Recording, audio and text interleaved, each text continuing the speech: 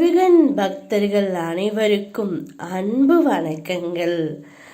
என் அன்பு குழந்தையே, வீணாக குழம்பிக் கொண்டே இருக்கின்றாய், வீணாக கலங்கிக் கொண்டும் இருக்கின்றாய், வாழ்க்கையே வெறுத்து போய் உள்ளாய்.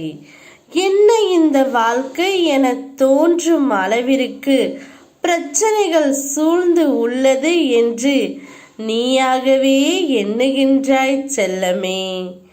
தாங்க முடியாத பிரச்சனைகளை நான் என் குழந்தைகளுக்கு ஒரு நாளும் தருவதே இல்லை. அவ்வளவு உனக்கு வந்த போதிலும் நீ இன்று வரை என்னுடைய நாமத்தை தான் உச்சரித்து கொண்டு இருக்கின்றாய்.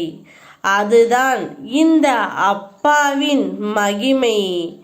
முதலில் நீ யாருடையவர் என்பதை தெளிவாக தெரிந்து கொள். அந்த தெளிவு உன்னிடம் வந்துவிட்டால் நீ இவ்வளவு கஷ்டங்களையும் இவ்வளவு பிரச்சனைகளையும் நான் வேடிக்கை பார்த்து கொண்டே இருப்பேன் என்று நீ நினைக்க மாட்டாய் செல்லமே. நீ யார் என்பதையும் யாருக்கு சொந்தமானது என்பதையும் முன்பே தெரிந்து கொள் செல்லமே. ஒரு அழகான பெரிய பணக்காரியான அதிக மதிப்புள்ள உடையை உடுத்தி ஆடம்பரத்தில் வாழும் ஒரு பெண் ஒரு கவுன்சிலிங் செய்பவரை காண சென்றாள்.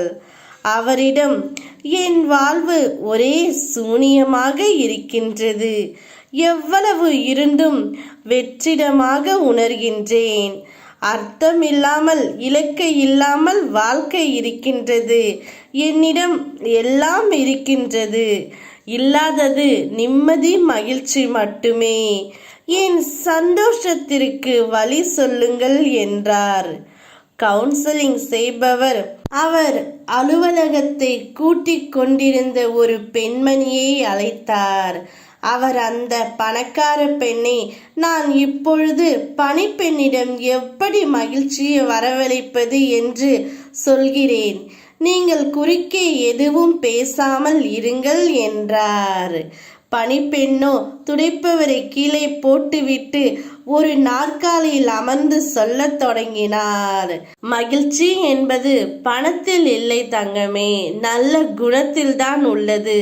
பணம் எப்போது வேண்டுமானாலும் வரும் போகும், ஆனால் நல்ல குணம் உன்னிடத்தில் இருக்கின்றது.